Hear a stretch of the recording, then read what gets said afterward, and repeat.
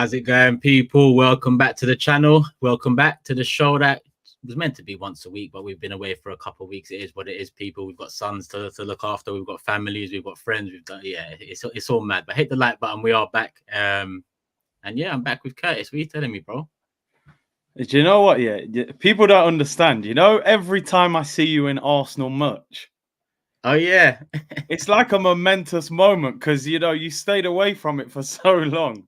Yeah, I did. And now still. every time I see you, so it's good to see. But now I'm good, man. Obviously, Arsenal doing well, and we're challenging, which is what we always said we wanted, isn't it? We just want to see them challenging. So long may it continue. But we need to get over the finish line, man. But yeah, Turkish in merch is epic. It's great to see. Mad, it's mad, and the thing is, I've got so many shirts in that I've Yeah. I've outgrown a few of them, to say the least, because they date back a hell of a lot. But it's good to be able to, wear it again. The club's spending money like we have been for a couple of years now. We're challenging. That's the bare minimum, bro. And I like the old school stuff. You see, when it's the old, yeah, plain, simple. Yeah. Their tracksuits are a bit wild nowadays. Like back in, I can't lie. I like the Puma tracksuits back in, the black and pink one and the black and pink one. Yeah. That was nice. And they had the tracksuit, the Ozil Ludogorets color as well. They had the tracksuit of that. Oh yeah, that dark blue. Yeah. I like that era of the tracksuits, but yeah, I don't know. Adidas is all right still. They're all right. That's all right. I miss Nike though. I can't lie. I wish we was back with Nike. Yeah, man. You think Nike was our best era? Like, do you know what? The kits weren't even amazing, but because we were so successful and everyone growing up, we all love Nike more than Adidas. Let's be real. Like, yeah. Nike was more of a streetwear, wasn't it? So, easy. Imagine modern day. Yeah, like modern day Nike with Arsenal would be nice, I reckon. But the Adidas, they've done well. It's been a step up on Puma. All that tight fitting shirts. Some of the shirts were bad, man. That green one and. Yeah. Oh, yeah, some bad ones. There's that designer that had an era of designs for Nike. He done Dramberg. I don't know if you know the name, but he done the Thunderbolt one, the blue lightning one and whatnot. Love that kit. I think that era, and even the Adidas one before that, they were cold as well. I think that era, late Adidas to early Nike, that era. It was sweet. I think he done. Remember that Dortmund kit as well? When did they win the Champions League? 97 or 96? Do you remember their kits back in the day? Dortmund. Yeah, they had some banging kits. That fluorescent one with black on the sides and. Oh yeah. Yeah, I'm a kit man still. I can't even lie. Yeah, I know you like your kits. I've even got it's not just Arsenal, bro. I can't lie. This is an infamous kit, bro. Argentina. You remember Maradona's last goal? There you go. When he flipped at the camera. Where he was higher than space that day, bro. You know what I mean? His eyeballs were popping up. Bro. Listen, there's a certain ilk of player. Yeah, I can't lie. I got a few Zidane shirts here. R9. Dino. I got a few of his, but we can do shows on kits. I got some kits at my mum's yard. I'll get them out. We can, bro. We can. I can't even lie, bro. We can. I know you've got a lot of kits because I remember one time I was with you at AFTV and we went and met your guy who was selling the shirts. Remember the guy? I think you brought him on AFTV once. Yeah, Rocky. Come on, Rocky Nico. He's even got right now. He's got the burgundy shirts, the 0506 long sleeves available. Like he's got that in a couple sizes as well. So people shout Rocky Nico if you want the vintage stuff. But I've got pretty much all the shirts from like 88 to 07. Yeah, everything. Pretty much, not everything. There's a couple that I've got prototypes and whatnot. I've shown you the prototype before, innit? Yeah. I've got them. They're exclusive, but I'm still missing a few. There was a white Sega one, 2001. We was meant to use it in the Champions League, but we never did. But there's a few of them floating about. Like last one I saw was 4 bags, bro. Oh wow, they're worth a lot, man. If you collect them, I'm telling you. When I saw that, I thought, nah, man, that's a bit too much, bro. That's a bit too much. That's crazy. I can't even lie. But what are you saying, though, man? A couple of weeks. I mean, we can. Yeah. We didn't talk about Porto when it happened. It feels like a long time ago now, but we do have to touch in on it. Big up everyone in the chat as well. I'm seeing the regulars in the building. Hit the like button. Obviously, send in your thoughts, questions, all of that. We're going to get into as much as we can get into over the next hour or so. But talk to me, man. That Porto one, yeah, I can't lie. I don't want to take us back into how we felt the day after, but listen, but I got to try and go back in the memory bank for that one because I've tried to move away from that. But yeah, that for me, I don't know how you feel about it, but I felt like we went there. First of all, I kind of feel like we played the game with the thought process that, oh, we've got the second leg at the Emirates. It didn't feel like we were really desperate to win that game. It was like, keep the ball. If we create an opportunity, we create one. We didn't really create anything apart from a few corners where we won the header. And then I just thought it was a strange performance because of how we'd been playing in the league, like pressing and high pace and scoring goals. To go there and have like a 40-year-old Pepe at centre-back and we never asked no questions of him. Yeah. It was such a strange performance. And I know after the game, and a lot of people were saying before the game, should have played Jorginho, took out Havertz, had more control and done it like that. It was just, and then we got sucker punched, which can always happen. I think it was a wake-up call for the fan base, for the players, for the club, because I'll be real, I did the Champions League draw watch along, and when we got Porto, I was celebrating. Do you know what I mean? I was like, yes, no Madrid, no this, that, the other. And then you look at it and you go, they're not no chumps. You know what I mean? This is a club that's won the Champions League, good atmosphere at home, a lot of know-how, a lot of experience. And we've got, I've spoke to a lot of Arsenal fans. They're going, yeah, we'll smash them at the Emirates. But I remember Olympiacos, remember Villarreal, remember Sporting Lisbon, So we got to be careful, What do you reckon? I thought it'd be done in one. I expected it to be done in one. Like, we was free flowing, we were scoring goals. It's Porto, and like you said, maybe not a celebration thing, but it's like you got the good, you got the good end of the draw. Let's say when you look at a couple of we could have got, and then we did that, and it's just like, listen, we should have got it done in one. I still say that as much as Porto should be respected, they are a good team. But what? Maybe it's me holding Arsenal to too high of a standard. It's our first year back in the Champions League, but I just thought, we're a strong team. European teams ain't as strong as they were. So even though it's our first year back, we should be able to navigate through a two-leg tie against Porto, which I still think, bro, we should. Yeah. But you are right, bro. Olympiacos, back of my mind. Sporting, back of my mind. Villarreal. All three of those, you can take the last 2 minutes of our conversation and put it in between each of those two fixtures, because we all thought second leg we're going to go through. We all thought after the first leg, cool, not the best, but we're going to go through. None of them. We didn't go through in any of them. So it does feel like very similar to that. But I don't get why we played like that. I just don't understand it. Was it Arteta? Was it the players? Is it the occasion? Like, I just don't get it. Like, and if it is the occasion, that's probably the worst of the three reasons it could be, or the three reasons I've suggested, because there's going to be bigger occasions than that in the Champions League if you want to win it. So I hope it's not the occasion. I hope it is a tactical fault from Mikel, or approach from Mikel, or the players just, I don't know, the players just weren't up for it or were outclassed by the Porto team. So we can put it right. I don't want the whole occasion thing to be the case, because we need to get the job done, bro. We need to get the job.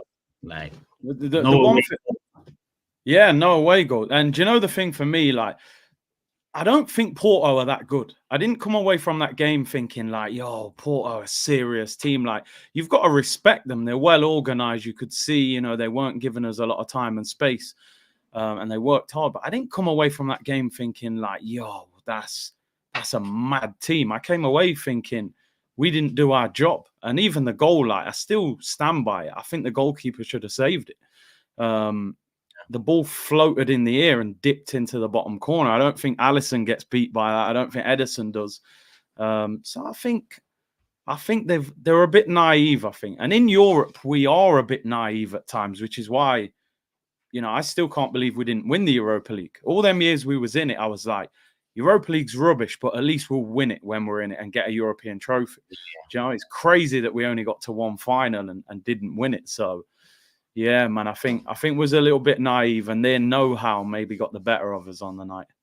Yeah, I mean, when we entered the Europa League, or when we dropped to that level, I said, to be honest, it's our level. Like, at least we have a chance of winning it. And even though we didn't win it, I didn't necessarily care too much about it, because I just wanted us to be better in the league, better over a 38, 50 game season. That indicates progress more than the odd cup win here or there. But yeah, I mean, it just didn't. This one just made me feel like if we had got a Europa League title under our belts, we would have maybe had a bit more of that occasion experience, let's say, if it is that. Because as much as I don't want it to be that, some of it did look like that. Some of it, none of our players showed up. None of our players showed up that day. It was very safe.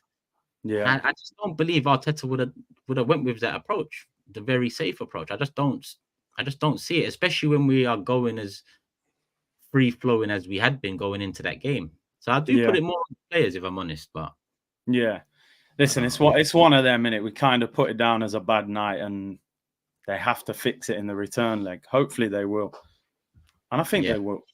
We have to, bro. There's no excuse. Going out to Porto will be a massive, massive L, in my opinion. As much as listen, people say don't disrespect. Okay, but we all put us in the top three. Well, not top three from the beginning, but top five, let's say, with a chance to win it. Or we're in that conversation after the top three.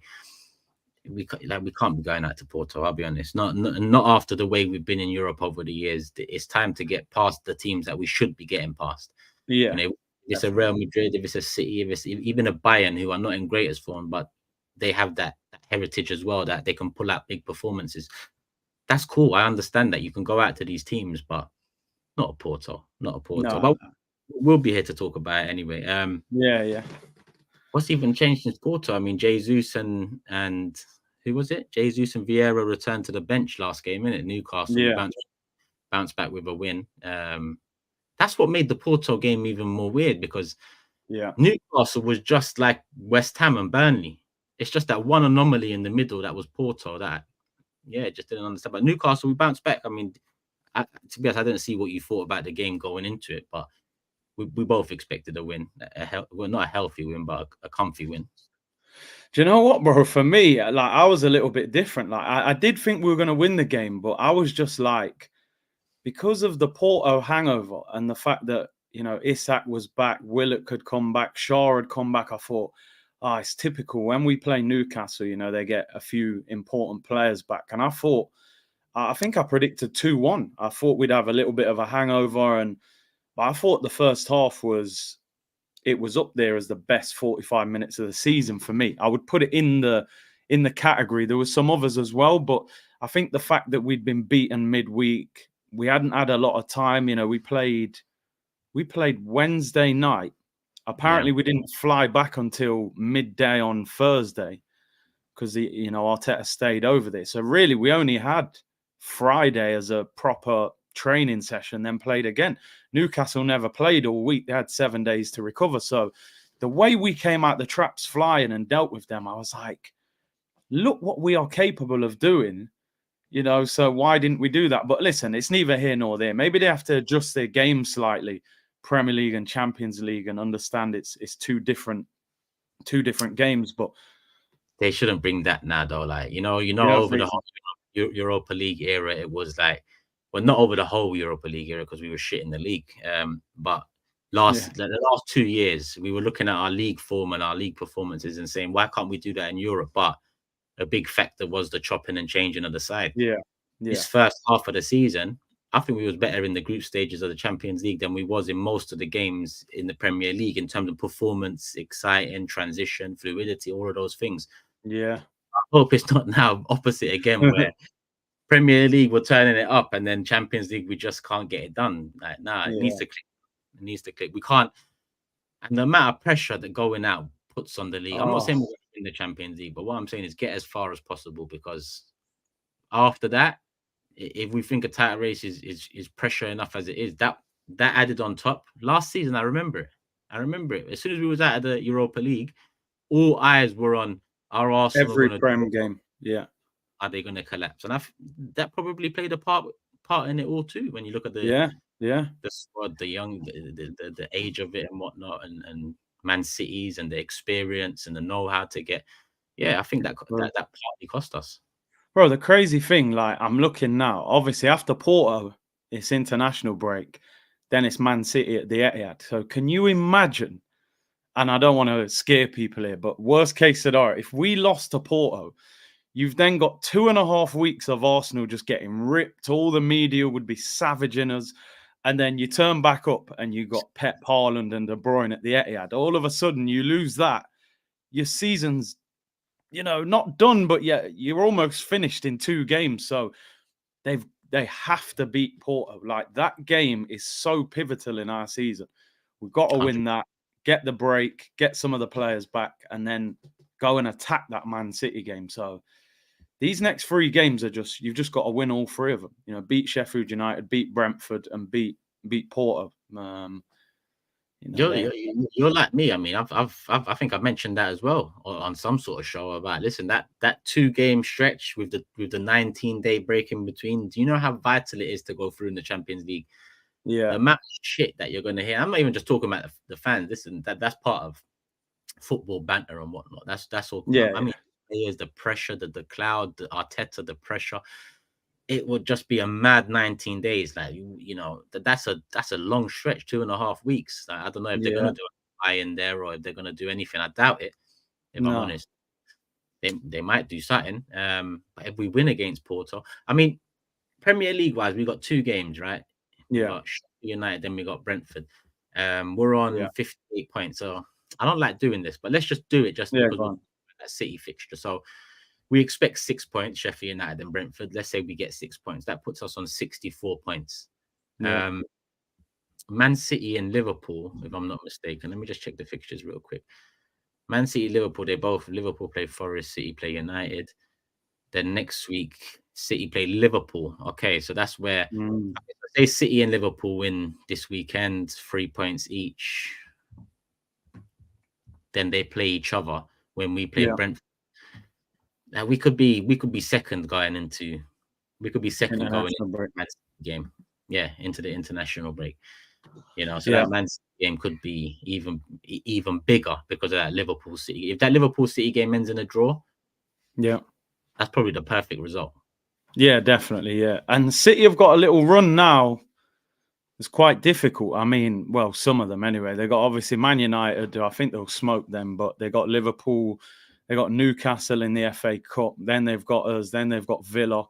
The Brighton away game has been rearranged. They've still got Tottenham. So it's all to play for. But you've got to stay with them, haven't you? Like last season, the problem was at the end we kind of fell away, and City just almost. I think they won the league without playing, didn't they? When we lost, was it Forest or something? So we've just got to stay next to them, stay in the mix, because there's a lot of twists and turns. I think City got quite hard. I actually think Liverpool probably have got the easiest run out of the 3 teams, if you like, sort of cherry pick their fixtures. We got quite a difficult run of away games, haven't we? Tottenham, United, Brighton, City, all away. Chelsea game's going to get thrown in midweek now in April, I think. So Chelsea's going to be thrown in a few days before North London derby, I believe. Yeah, you're right. Tottenham away. Yeah, it's the midweek. The Chelsea game will be. So, yeah. But listen, you know what? Yeah, at the end of the day, I look at it like this. A lot of people are like, oh, the fixtures, blah, blah, blah. I want Arsenal to be in this situation. I don't want Arsenal in 5th trying to nick 4th. So what? I want Arsenal in a title race, hard games. Let's embrace them, and we'll see how good this team is and how good the manager is. And that's what it's all about. We need to see what we're made of. 100%, bro. I keep over the years, even though I've been negative and or deemed negative and whatnot. My thing is not like a glory hunter thing where it's like I'm going to support the side when we're winning. It's not about but it is about winning.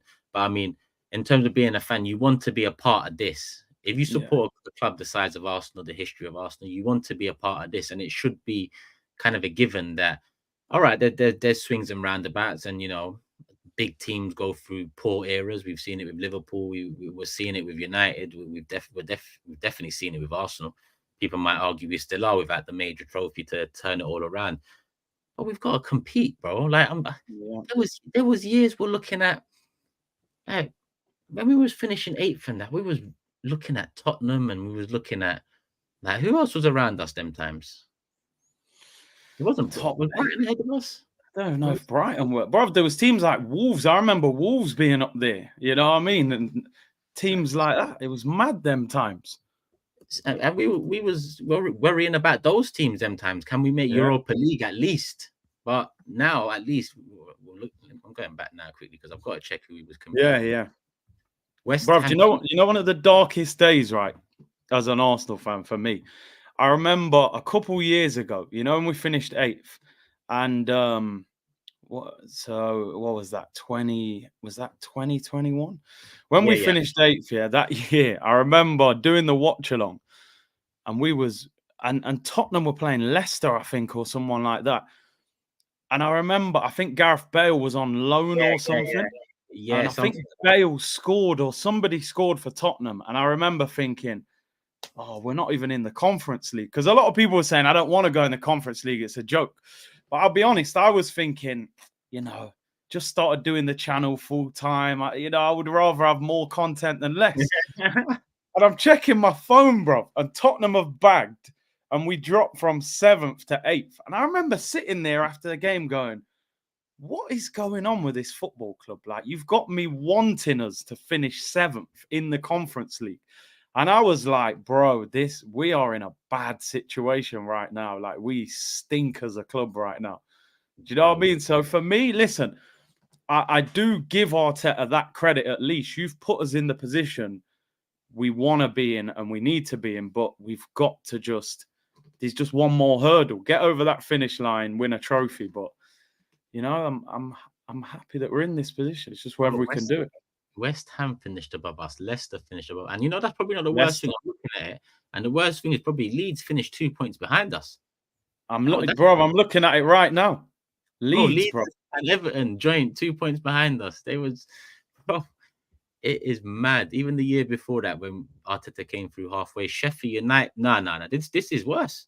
Sheffield United 2 points behind us, bro. Oh, I'm looking at it. Yeah, bro. Burnley, Burnley and Sheffield United finished 2 points behind us in 1920. Bro. See, look, Wolves finished higher than us, bro. Nuno, 1920. Leicester 5th again. Brendan.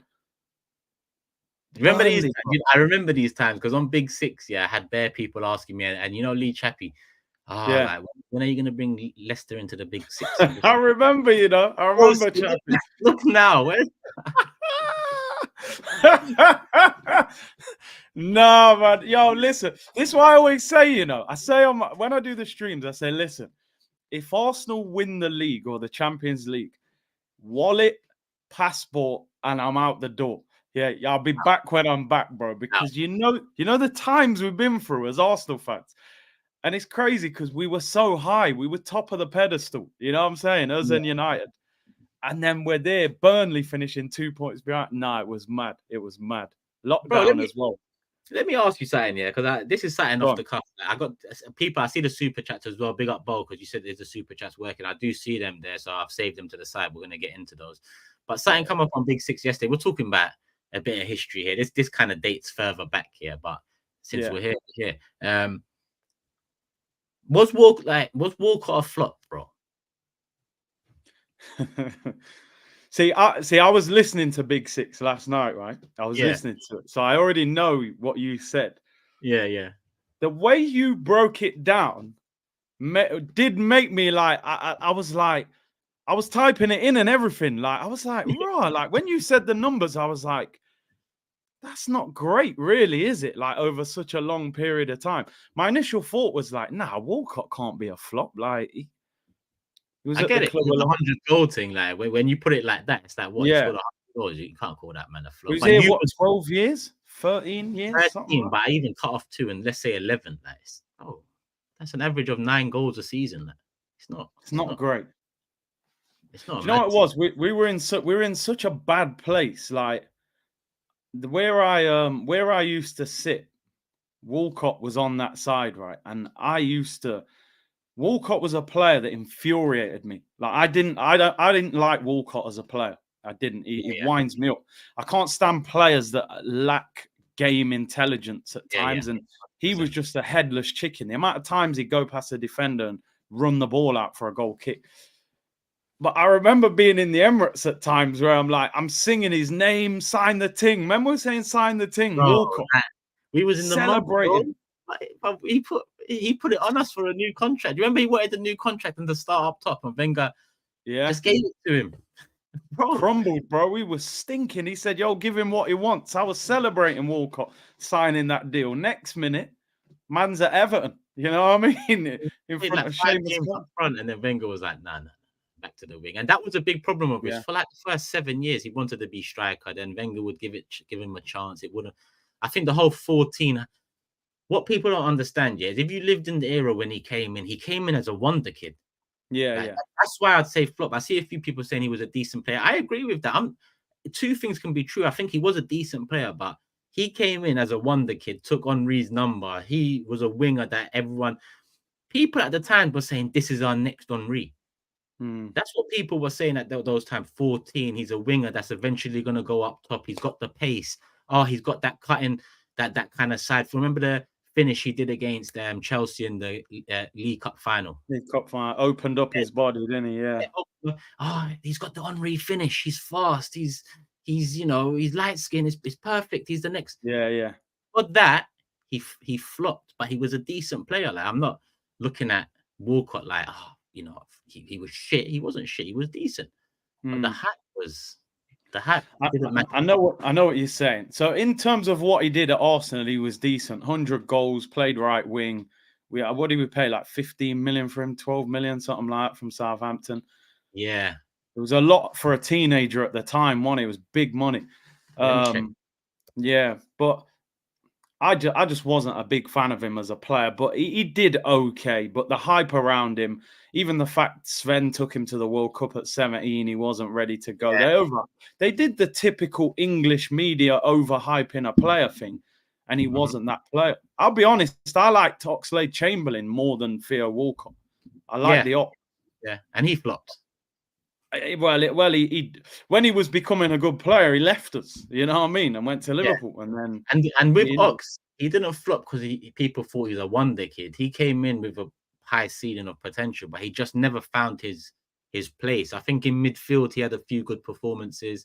Yeah. Then you'd see him maybe on the wing where it wasn't as. Then you're seeing fullback in a back five. Some was it? Yeah, it was all mad for him. But yeah, like just because I call a player flop, don't mean I don't think they done decent for us. Walcott did decent, but for what we all expected. And the 14 shirt from there anyway, like it was done from there. It was done from that day. You should have retired that shirt. Yeah, 100. You should have retired that shirt. I see people say in the comments as well, but someone said Defoe missed out. Defoe missed out on what? I think Defoe missed the World Cup for Walcott. Yeah, that was mad. Crazy. And Walcott didn't play a game, did he? Minute? No, didn't kick a ball. It was a waste of time. Who was it? Sven. I think Darren Bent missed out and Defoe missed out, and he took Walcott. It was like, what are you doing? Yeah. I remember that. That was just after our era of. Was it just after our era of they don't have any English players, or was that a bit earlier?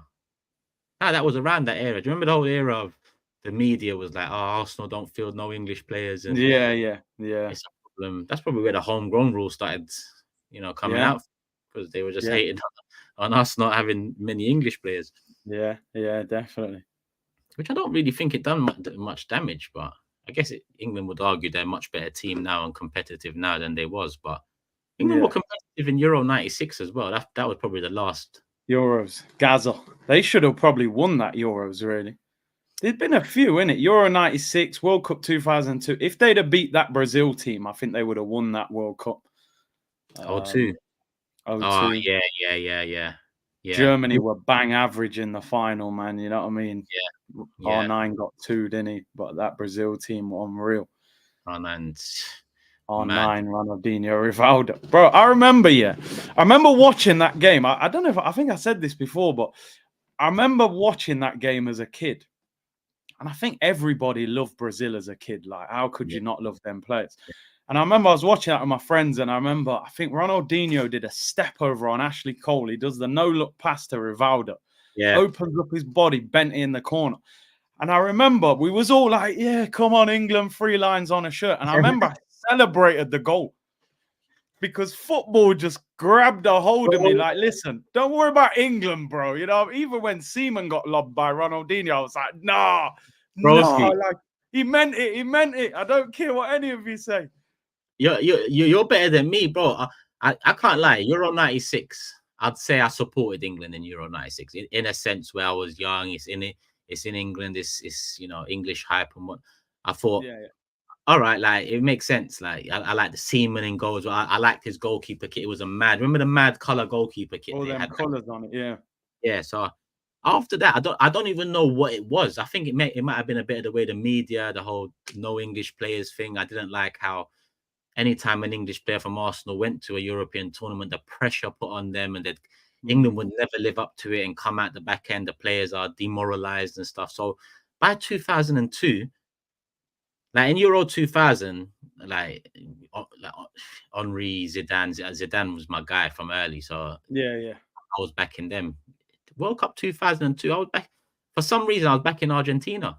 No, 98. Sorry, World Cup 98. I was back in Argentina, bro. When the whole England Argentina game happened, bro, I had an Argentina shirt. Don't ask me why. Bro, I had bro, man, I had an Argentina. No, you're moving mad. People in Wood Green probably thought this guy Argentinian or something. I was in the Argentina top. But then next one it was France. Remember when France played England? Yeah. England were 1-0 up, and then the Zidane penalty and free kick. I was supporting France, bro. I don't know what it was. I flipped on England. I said, nah, I ain't supporting England no more. I'm supporting everyone that plays England. I don't know what it was. But now we got Saka in there. I'm like, it's nice. But again, what happened after the Euros? Saka penalty, media, fans. It's even worse than it was 20 years ago with social, demoralized. Yeah. Obviously, it didn't impact Saka because, well, it did personally. But I mean, on the pitch, he kicked on and he used it to his advantage. But bro, I don't really like players playing for England, if I'm honest. I prefer our players not to, like, which is not a request, but I don't. The less players we have for England, the better in my book.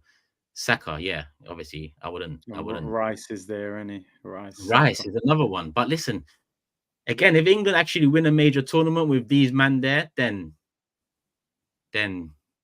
for Rice and Saka, that will be a big unreal, won't it? What, since 66? Because have England won Euros since? No, they haven't. Nothing, innit? They haven't won nothing. So, bro, yeah. Imagine like it must be. Imagine Saka and Rice. They're sitting there now saying, "Yo, Arsenal, no title, 20 years, no Champions League ever. England ain't won a trophy since 66. That man can create all kinds of history in the next like 5 months of their career if they can get one or two of them trophies, man. You know what I mean? Next minute you are world class, certified. If Arsenal win the league and England win the World Cup, was it the Euros? Sorry, Euros, yeah. If Arsenal win the league and England win the Euros, then I better be careful what I say here. But Premier, okay, if we win Premier League or Champions League and England win the Euros, Rice and Saka will be in some healthy debates for.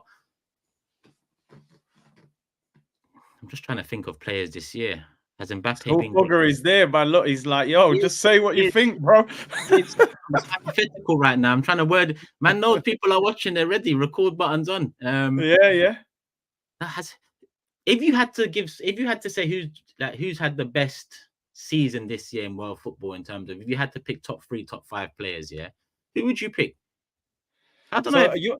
So are you trying to say, really? I'm trying to read where you're thinking here. Yeah? You're going to the point, I think, that you're saying if they won like the league, Champions League, and you're putting them in like top of the, you're putting them in Ballon d'Or nominations. Is that what you're saying, right?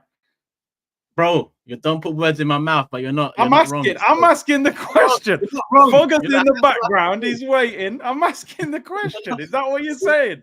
I'm asking the question. What I'm saying, I was asking the question. Now you asking questions, but you can't answer questions, right? Relax. We're talking. brainstorming. We're thinking, bro. Yeah, Relax. Take a day off. Like, you're not being paid right now, bro. Voluntary work, man. He's here. Nah, what is this? Work experience. Nah, let's go. So I mods ban him for 60 minutes or something, man. You can do that now. But I'm just saying that, bro. Prem or Champions League coupled up with the Euros for a Declan Rice or a Saka. Yeah. I'm expecting them to finish top 5 in a Ballon d'Or. Yeah, you are. One of them. Like, I'd probably lean more towards Rice being part of that discussion. Don't forget, Jorginho finished 3rd, bro. The year Italy won it, right? He did. He came 3rd. Yeah, he came 3rd.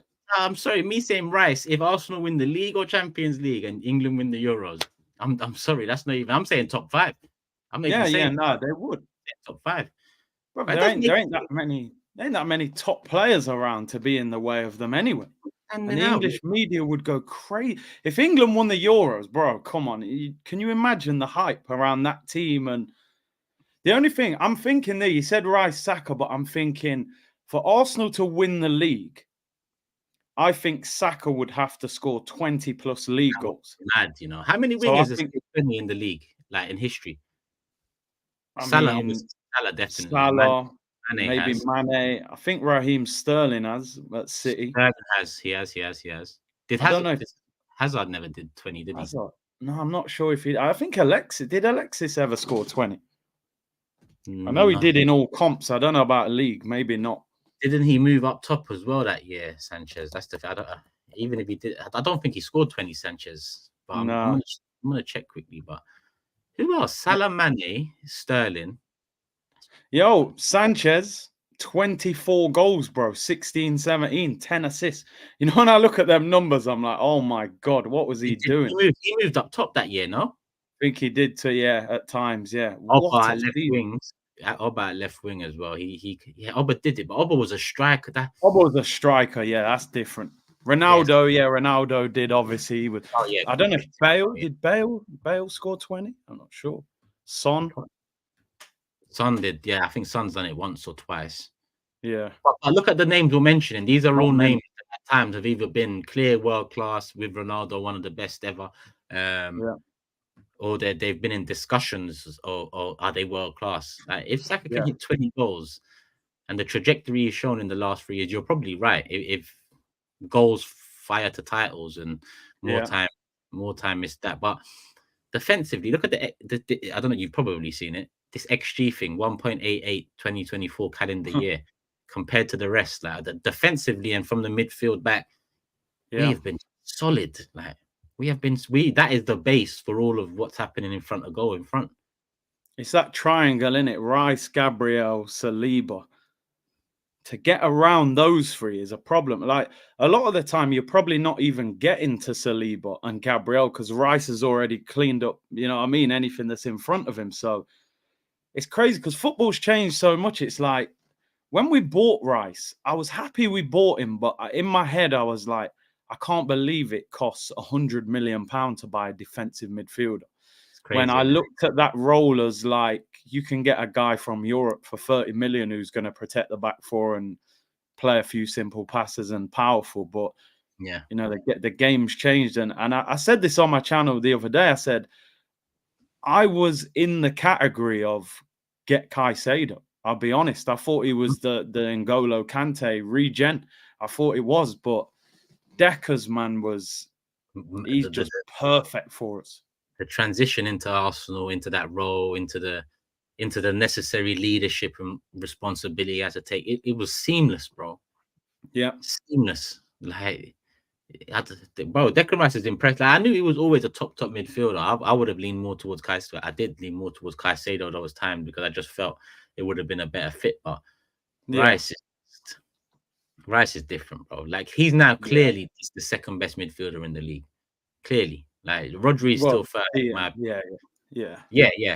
Like, centre mid, DM midfielder. I'm talking about attacking. People start throwing De Bruyne and that, and I'm not. Yeah, I'm gonna say I had to clear that up because they'll clip you for that and go, "Oh, he said Rice is better than De Bruyne." Like, just probably still will, bro. You know how the internet is, bro. They'll cut it out at the right time, and No, Decker's man. Oh man, like he's better than I thought. I'll be honest. I watched him at West Ham a lot. I was probably a little bit unfair on him. I had him as a bit of a hard work merchant. I thought he just runs around, tackles. He's got more to his game. The interesting thing with Rice, with Arsenal, is I'm like, do you leave him in the 6 and buy an 8? Or do you try and transition him into the 8 and buy the 6? I think he's so good in the 6. Yeah. You leave him there and buy the 8 rather than trying to turn him into something else. I'd leave him in the 6 role. Bro, you know what? For me, De Jong would be the one this summer. You get him in at the number 8, Rice 6. I think they'll complement each other so well. Because even over the years at Barca, they've kind of got him, had him doing a lot of central midfield duties. At times, problem that's happened over there. If I'm not mistaken, I'm not an expert on them, but from what I've seen, is they've tried to utilize him in a different way to how they should, or how people think or how even he thinks he should. With Arsenal, I think Declan Rice behind a De Jong or next to a De Jong, that would be perfect, bro. Good age, good profile. I mean, do we have any Dutch? We have Timber. Timber just come in. Yeah. Is there any more Dutch players? That's it, isn't it? And that's the only one, yeah. His brethren's there, man. What do you want, man? We was linked to De Ligt as well. But I think obviously that was more because of the Gabriel thing, but there's no entertaining in that. What do you say? You like him or you don't like him? No, I like De Jong, man. It's he's on a massive contract, isn't he? I don't know what it is exactly, but he signed some crazy deal. If he wants to follow the Overmars route, like he said once upon a time, then he will know Arsenal are not a crazy deal club like that. So he'd have to simmer down his expectations in that department. And especially, look, football in general, everyone's tightening screws. Barella's another. I see a couple. Barella. That's when I wanted him. But if he's available, he's another option for sure. I'd definitely move Rice back to the 6 more than I would buy a 6 to push him to the 8. Yeah, Barella, man, I think he's a great player. Probably got with Barella. He's saying publicly he loves it at Inter Milan. I think they're top and they're I think they've got quite a gap. I think they're going to win the league. So they're going to win. Difficult to get an Italian player out of a big Italian club when they're winning. But Barella. There's options. There is options, That's the good thing about this. FFP is real. We've got to move Partey on this summer, people. Partey comes with a decent wage as well, and we should get something for him. 15 mil, maybe 20. I think he'll have a year left with the injuries, maybe 15. That's something. Yeah. The wage is off the bill as well. And Nene will be going. I think he's on 100k, if I'm not, or maybe 70. Whatever he's on, his wages off. Cedric will be gone. Do you know, I actually talked about it today because Ornstein's put this report out. Of how he thinks Arsenal are going to make over 100 million in sales this summer, and he listed. He said Lokonga, Tavares, Smith Rowe, and Nketiah, Ramsdale. Ramsdale, Tierney, Tavares, Lokonga, Smith Rowe, Eddie Nketiah, as well as Cedric and Elneny being released. Who said that? This is what Ornstein says, because he was talking about Zinchenko. Zinchenko's only got 2 years left on his deal this summer. He's got a 1-year option to take it to 3, but they were saying, will Arsenal extend his contract? Because he's missed, I think he said he's missed 18 games in 2 seasons already. So it's like, and Zinchenko's on 150 grand a week. So any new contract would probably have a pay rise. Is Zinchenko worth a pay rise and an extension?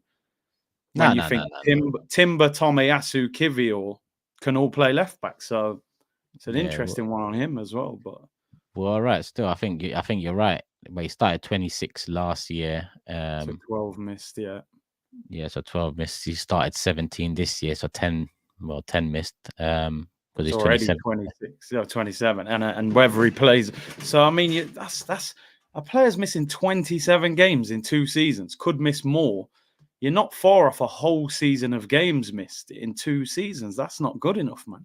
No, 100%. And you're right. In that department now with Timber and Tomiyasu and even Kivior kind of getting used to it a bit more. Yeah. I think we're solid. What did he say? Zinchenko's got 2 years left in the summer. So he said it would be interesting to see if Arsenal extends Zinchenko's contract. He's approaching the final 2 years of his deal this summer. although he does have a 1-year extension to take it to 3. And he was saying, would Arsenal increase his wages on his 150 grand a week, especially with him? He put 26, but he said after he missed 26 games in just over a season and a half. So, well, question: why would you? He's asking a question that he knows the answer to. Like, why would you increase the wages of a man that's been out for, nearly 40% of the last 18 months? It doesn't make sense. And on top of that, you're well stacked in that department. The Timber signing makes a lot more sense. Like, now I'm hearing the 2 years for Zinni. Yeah, because Arteta's like one of them meticulous guys. Like, we've seen him with Willian come in. Willian was gone, like, within a year. Tavares within a year. Like, we saw how he was subbed off. Lokonga 18 months. Like, I think Arteta doesn't really, deal with too much bullshit. Like, and Zinchenko's had a few moments, but he's also had a lot of good moments. So I think with him it's been a bit different. But Arteta probably knows he signed Raya to upgrade on Ramsdale, like in minimal department. Yeah. Zinni, he's definitely been looking at the same sort of, one mistake, but he does 6 great things and 1 mistake. It's still not good enough. Like, I'm looking for one that does 20 great things, then maybe has 1 mistake, because mistakes are humans. Part of the game. Don't make mistakes. So you might be right. I see you. Well, I tuned into a bit of your live. Was it earlier today or yesterday's one? Ramsdale, you mentioned as well. Something about Chelsea. Graham Bailey said Chelsea are looking at him. Yeah, I wouldn't mind. That's why we got Ramsdale. We fucked it this year, because I think Ramsdale in the summer we could have got 50 M's. We could have got maybe 60 M's. Yeah, I think now you're looking at probably 30 with add-ons if anything happens in that team season, or appearances or so on. So I think maybe you're looking at 40 max, and I'm leaning more towards 30, but 40 max. So with Zinni, I wouldn't want to do the same thing. If Timbers come in to upgrade on him, Tomiyasu, don't let him go into his last 2 years. He starts playing less games, and then his value isn't the same as next summer. Because I think, how much did we sign Zinni for? Want it like 30, 35? 30, 35. I think we should still be able to get. Actually, we should still be. Should be getting 40 mil for him, I reckon. Yeah, you could probably send 35, 40. Yeah, I'd say that. It just depends who comes in for him. When we sell, and this is what I don't like with Arsenal, we kind of drag the player down and then sell them, and it's like, you know what I mean? Bro. It's like, everyone knew, like, Arsenal were desperate to get rid of Balogun. We needed to balance the books. I mean, we got a decent deal in the end. He hasn't done that well. I think they're actually playing PSG in 10 minutes, Monaco. He's only got 5. Yeah, and then you look at Ramsdale, it's like you've sat on the bench all season. Now the story is Ramsdale wants to leave. You can just see how clubs are going to they're going to lowball us. Clubs will, if you was making a first offer for Ramsdale, you probably offer 25 million for him. Yeah. And then negotiate and get him at 30 plus 5 or 35. The deal will probably be done there. And it doesn't help that whole, what was it, 2-3 days ago, the whole loss report come out again. So yes, it's not a major loss, but clubs are alerted to the fact that we made a loss. Clubs will know that we're challenging for Premier League title, that we'll want to spend a bit of money. So that adds, strength to their whole negotiation when it comes to our players. So yeah, if Zinni's gone into 2 years, and I mean, that Ornstein thing, I need to read it, because there's a few names there that I'm happy to hear that they're in. I mean, who are, well, Eddie was one of them, that's for sure. I mean, Eddie, Tierney. What do you make of because I'm always, the Smith Rowe one for me is like bittersweet. I'm on one side, I'm like, you know what, man, football's ruthless. Maybe this guy with the year out has kind of stifled him. Maybe you got to let him go. But I've always had this thing, like, since he came back from injury, hasn't had no consistent run in the team. Vieira's had a little bit of a chance. Havertz had loads of games. Trossard's played in that role. Smith Rowe hasn't played really. But do you think, is it time to just cash in on him, or do you think he's still worth keeping? Well, you say cash in, like clubs are going to be willing to part a lot of cash for a player that now has only played, what, I'm just gonna say max 10 games in the last 2 years, and I'm probably even quite off then. It might be less. Is it 10? Yeah. 10 appearances And, maybe and in he total. started 2 in like 2 years or something in the Prem. Yeah, like who's gonna Something wanna crazy. like he's gone a long way from 35, 40 million Aston Villa bids as well. Yeah. That he is unfortunate though, because I said there's a few names on that list I'm happy to hear are there. Eddie for one reason, Emil Smith Rowe for another. I'm happy to hear Emil's there because it's time now. I mean, it's unfortunate. Hayland Academy product, you want it to work, and he showed good signs. 10 goals, coming off the Yeah. bench and starting some game. That's a great output for a 26-year-old, let alone what was he, 2021 at the time. Yeah. So I liked him. I liked him a lot. But bro, if you just can't, I like Abu Diaby a lot. Like, but I Yeah. just wanted to cut ties in the Cazorla. I loved Cazorla. I Yeah. We loved all did. Cazorla. But look, Partey's another one. Like, I'm done here with Partey. Jesus on Yeah. the edge as well. So as much as Smith Rowe's a graduate and that, some men have done a bit of dirt for us, and even them I'm looking at with their injury record and the amount of game time they play and think we need to do better. So it's unfortunate Yeah. with him. It's Yeah. unfortunate.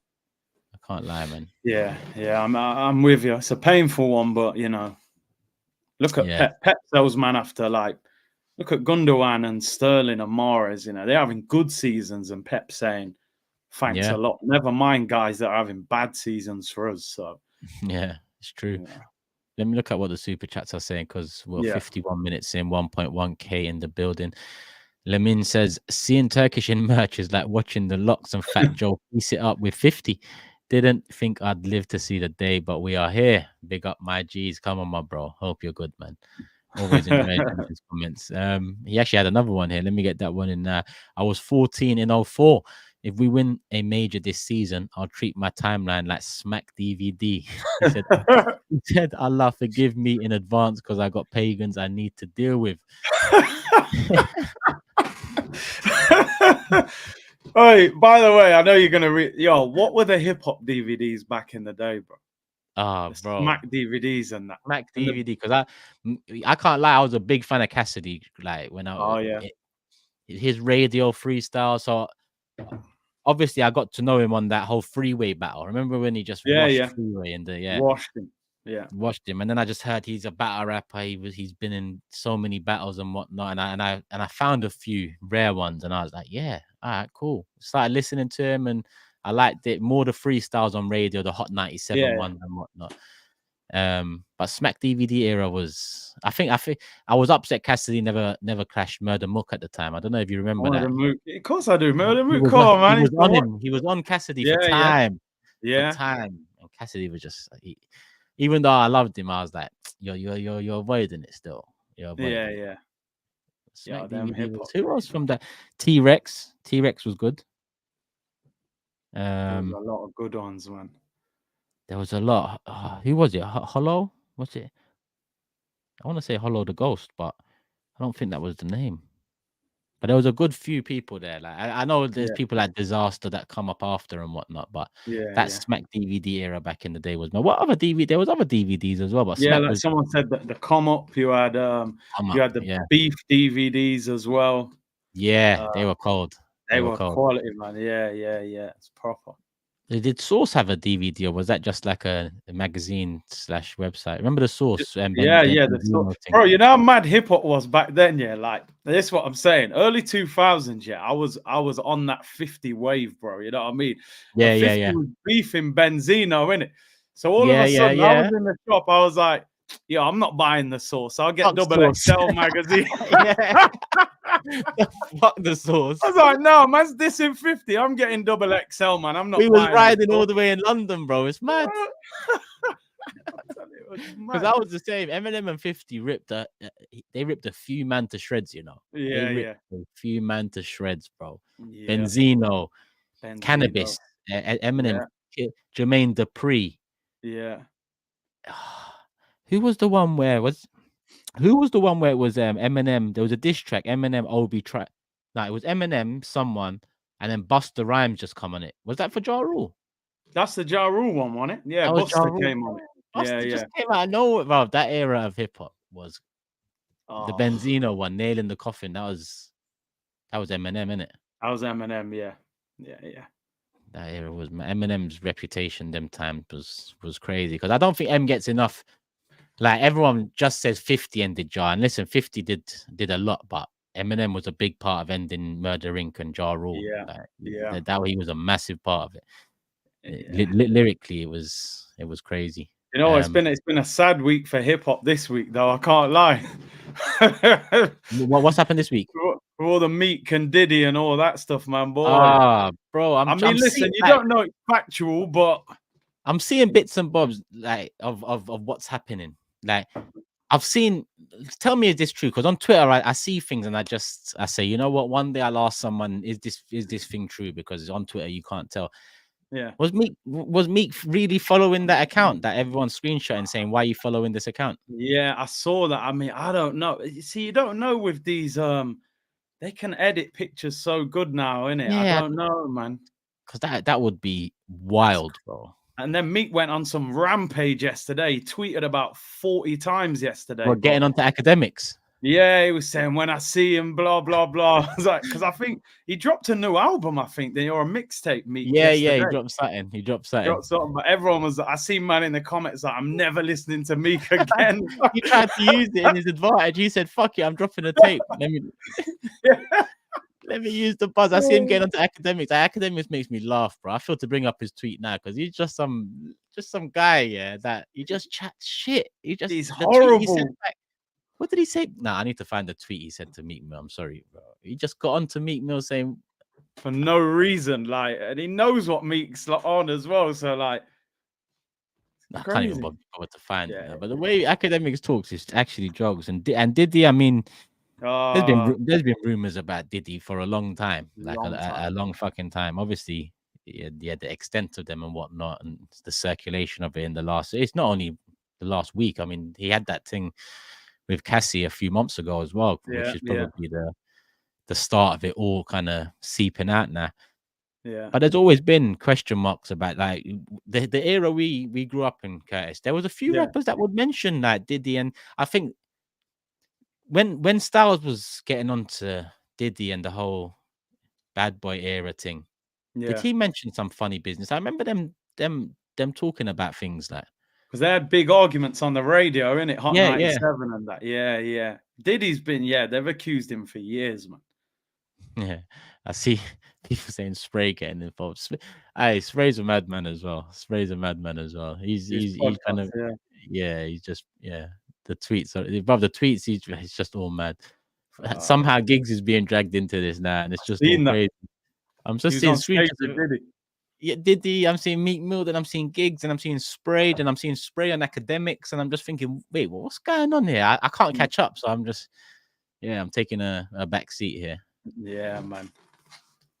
What an era, though. When we start talking about that era of music, I just want to continue, bro. Just want to continue. What was that Big L 7 minute? Was it 7?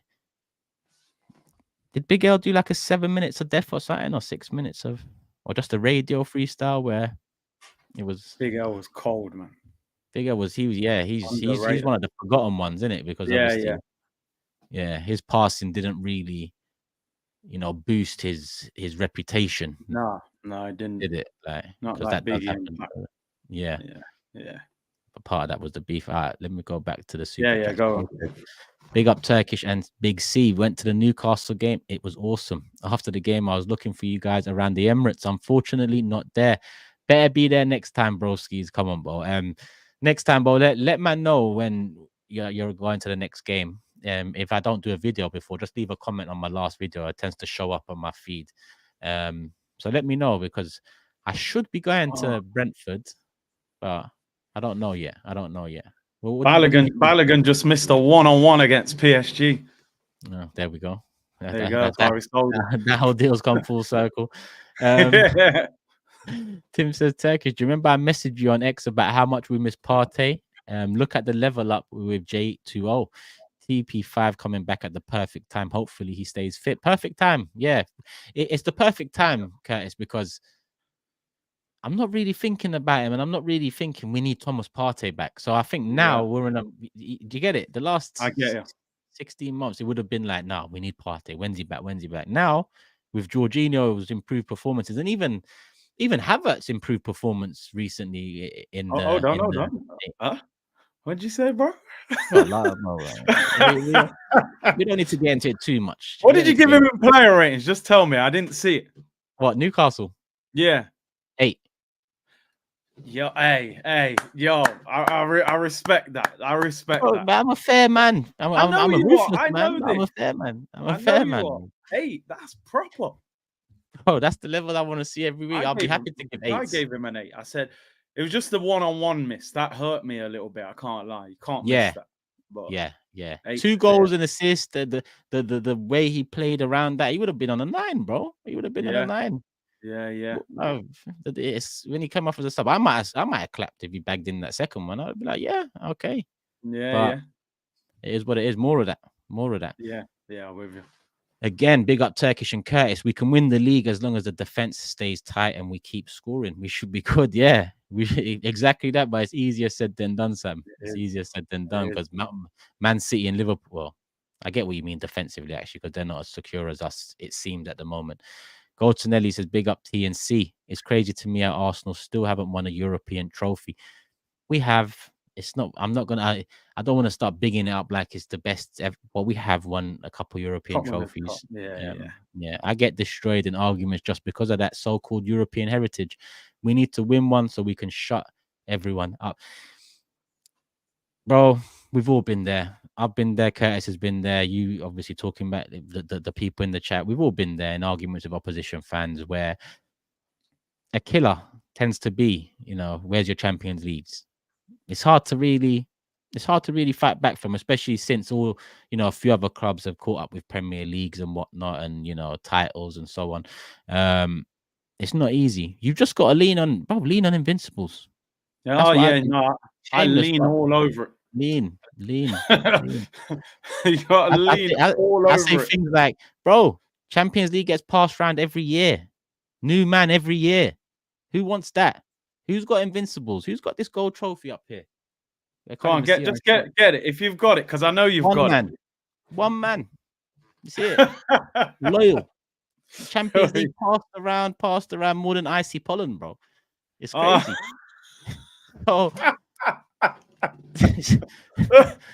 And you know the thing? Do you know what makes it so shameless in the argument? We're actually lying to ourselves. 100%. That's all we can do. We must. We all know deep down, that Champions League, like what I would do to have 1 star above the badge right now. But we have to cap and say, that Invincible is better than any Champions League. But deep down, we're all in pain. You know what I mean? All in pain. Sometimes I've thrown in that. Have you won the league at Old Trafford? Have you won the league at White Hart Lane at Anfield? I start throwing those in. Have you not done that? Nah, you haven't. Bro, shameless. I'm like, 89. They were like, bro, you didn't even watch 89. I'm like, yeah, but I seen the highlights. I was about. I was about, bro. You can't tell me what I was watching. No, we need that star above the badge, man. Please. We do. But that's what's fucked, though. Because when people ask me, what do you want to win this year? I can't lie. Honest, hand on heart. Yeah. It's the Premier League. But I say Champions League because I like Goltonelli. I want to just shut people up. I don't want that. Because that's a killer in an argument. It is. Like, I know it. I felt it in my heart. When someone says that, it's like, fuck. I've got to draw for the shamelessness. So honestly, I really want us to win the league because I think the league shows who's the best team in the country. It does. But Champions League, you need it now because too many men are talking shit. We need that, man. We need that. Let me see the next one. SC, big up my guy. Support for the 2 goals. Come on, always supporting the team, my bro. Member as well, my guy. Porty side in the building. If Pep continues to bench Grealish and he asks to leave, would you have him at Arsenal? I think I wouldn't want him personally. Yeah, not for the price that he would have to go for. I like Grealish, but I don't. Yeah, I don't see him. I'd have took him from Villa. He was fire at Villa. Yeah, but Pep's got him. Yeah. I don't know. It's like Pep's got him playing within himself. Like I find Grealish boring at Man City. He is. But don't you think Arteta likes that a bit as well? He probably does because Grealish keeps the ball so well, don't he? But yeah.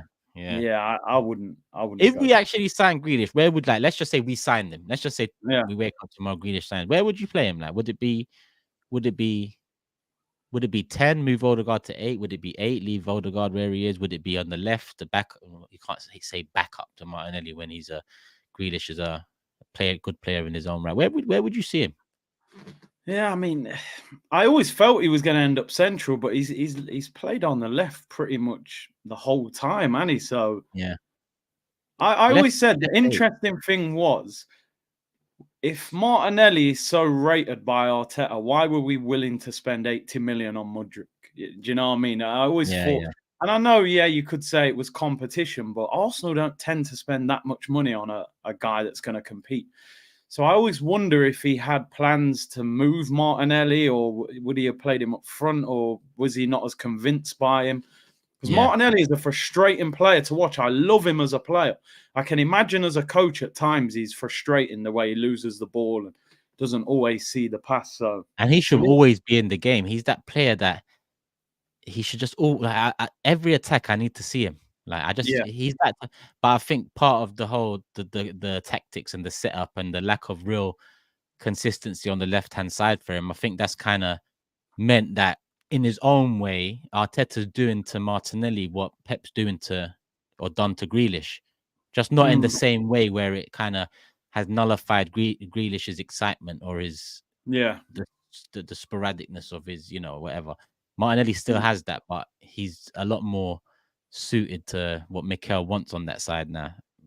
I think you look, it's no coincidence. Martinelli has his best games, in my opinion, against the better teams because they play a higher line, and once he's got space, we've seen him rip Trent how many times.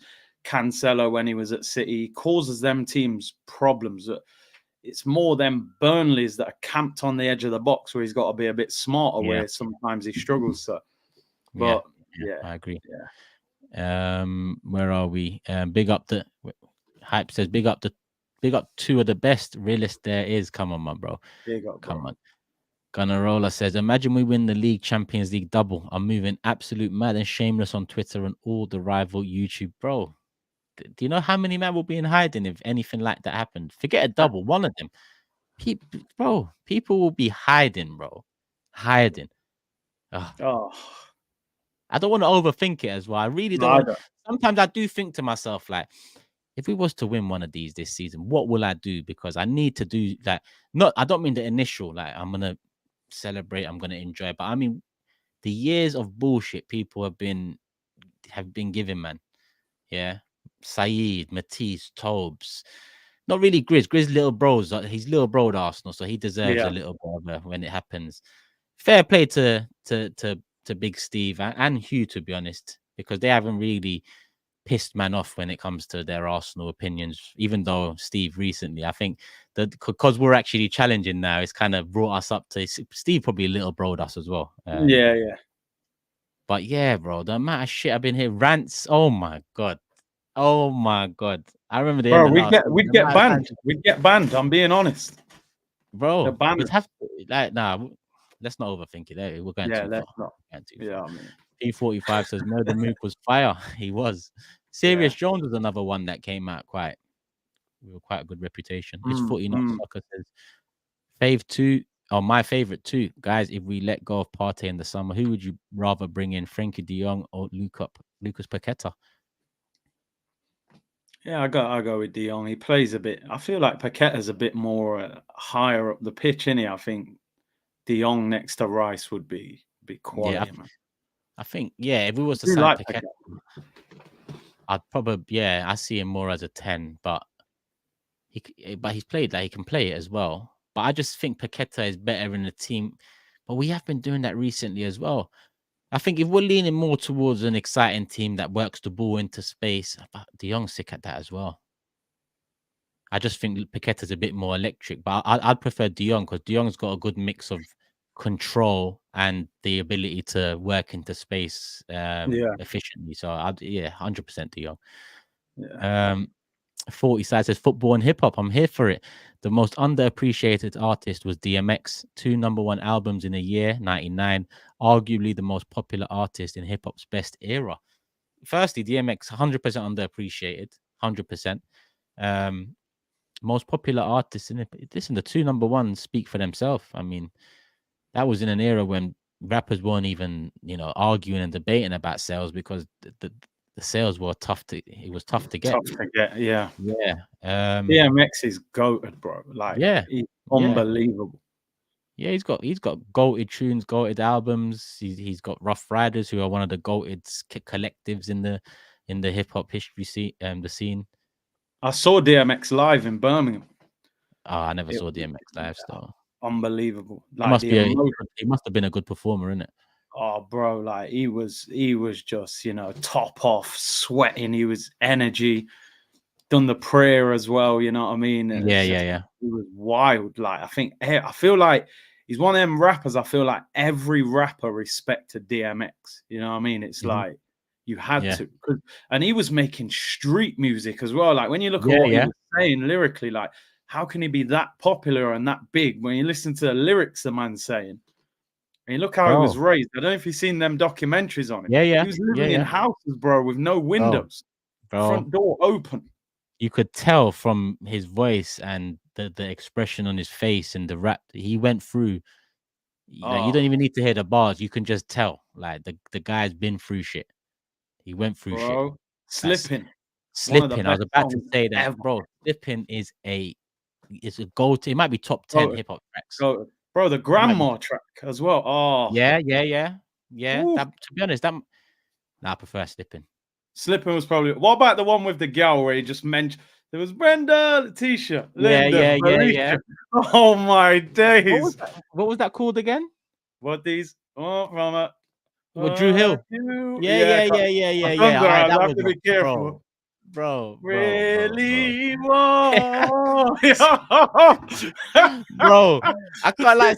Cisco was cold on hooks back then. You know, cold on that. I can't lie, bro. Wait. Was that the theme tune for Rush Hour 1 or 2? Film. It was in one of the films, wasn't it? Yeah. Was it that? Was the video on a roof? Nah, was that was Drew? That was Drew Hill. That was separate, I think. Yeah, I think. I can't remember. Why do I feel like it was on a beach? But I could be thinking of something else. You might be thinking of a Fong song. Nah. Bro, what an era! Well, the game was just different. These I don't even understand it. It's just different, man. Oh my days. Oh, bro. On the subject, Lamine says off top. Well, it's on topic now. In 2002, G Unit, Rough Riders, The Rock, Cash Money, Who was that again? Def. Is that Jermaine Dupri, was it? Yeah, that was Jermaine Dupri. Bad Boy. If they all offered us contracts, who are you signing to and why?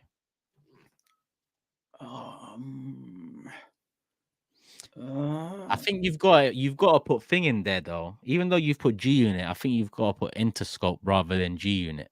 Yeah, because that's the whole. That's when you have Dre and Eminem involved as well. Like, and I'm going there, by the way. That's where I'm going. Yeah, because I need Dre's production on the beats and look, everyone who was around them, they were a hit, bro. You know what I mean? Everyone. All of everyone. Number one album, you want 50 Game, the G Unit album, Dre. It was all everyone. The rhymes. I'm going there. I'd probably say The Rock comes second because Jay-Z, businessman, the way he's maneuvered his career, but that's in hindsight. Yeah. Even at the time, I think the movies that The Rock were making, I mean, State Property 1 and 2, Paper Soldiers, I think was one of their productions. Yeah, bro, Beanie Siegel. It's Interscope and then The Rock, and then I'm maybe gonna put a third because I don't really.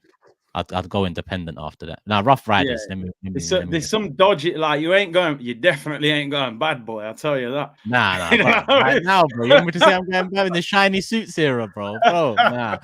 Styles told me enough. I'm not gonna lie though. Like there was on a wave Mason that it was. Who's that? They had Jada kissing Styles in shiny suits, bro. That is, bro.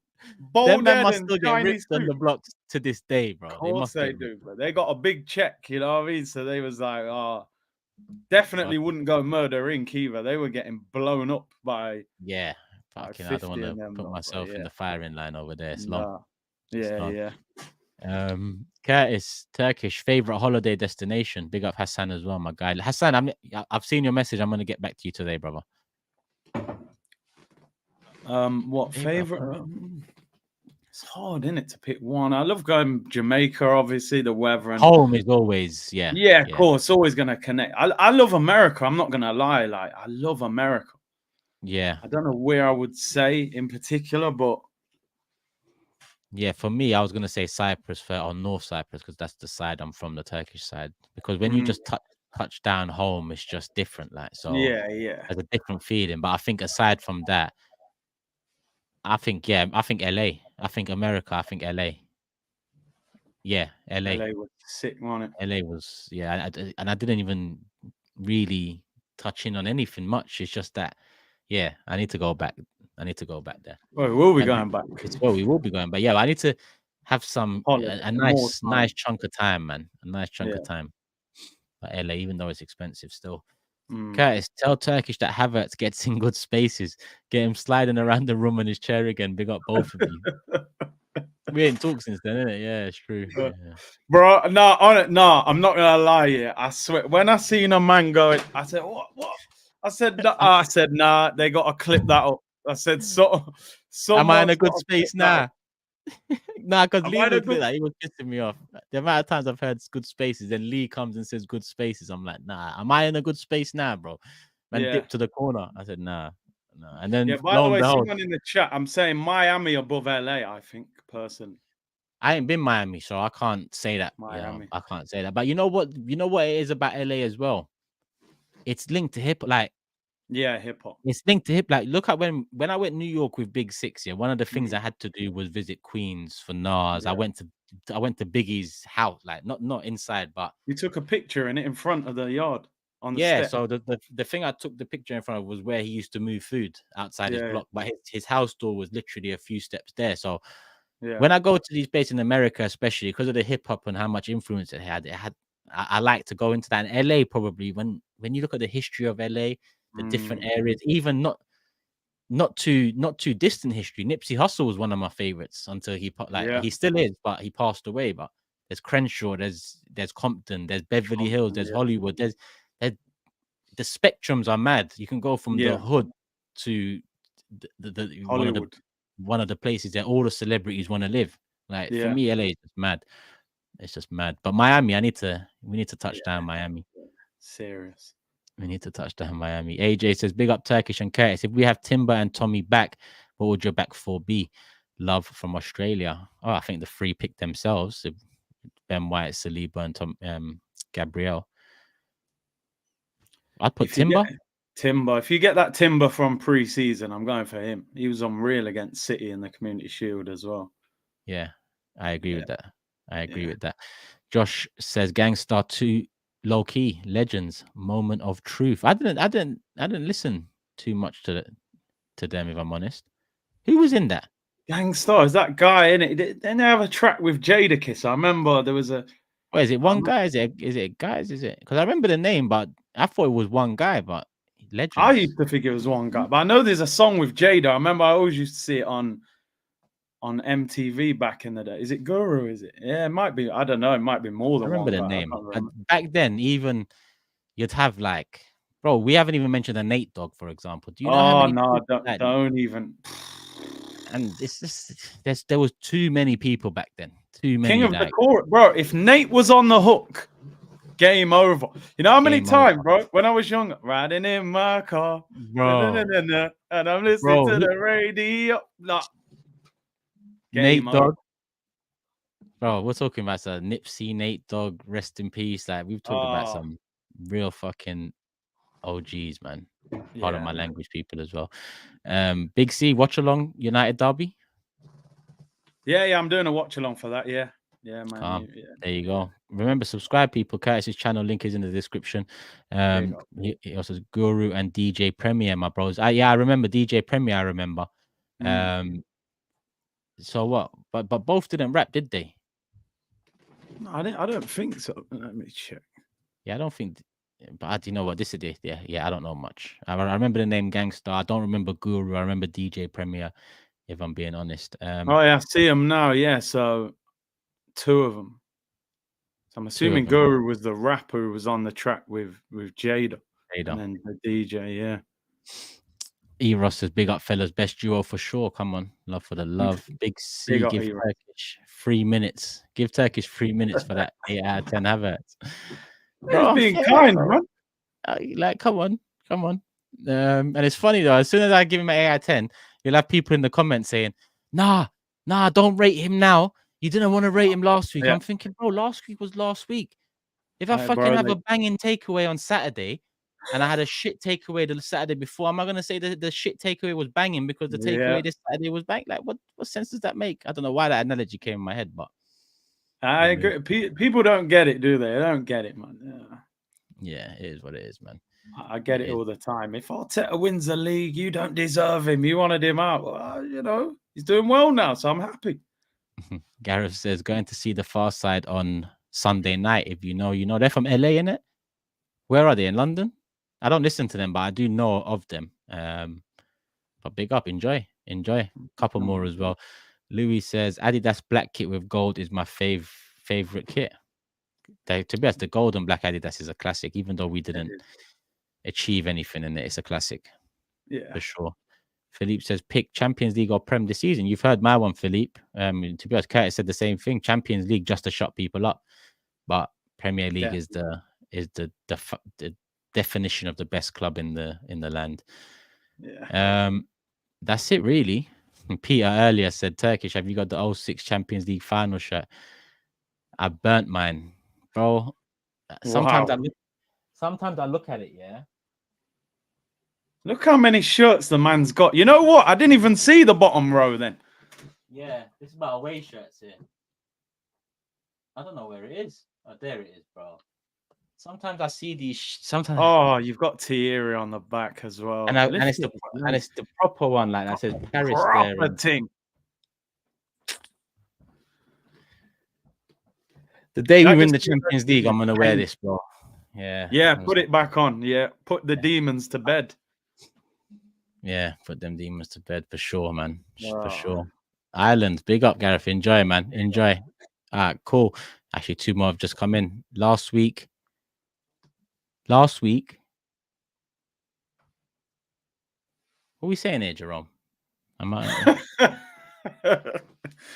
You understand? I don't. I ain't got a clue, mate. Big up Jerome though. He's always supporting, but I don't know where. Yeah. I'm trying to. That's why I'm trying to work it out. Stationings. I don't know. I'm confused. Jerome, you've confused me. I appreciate the super chat, but you've confused both of us. But love, my bro. Top 3 prediction, lads. Save that.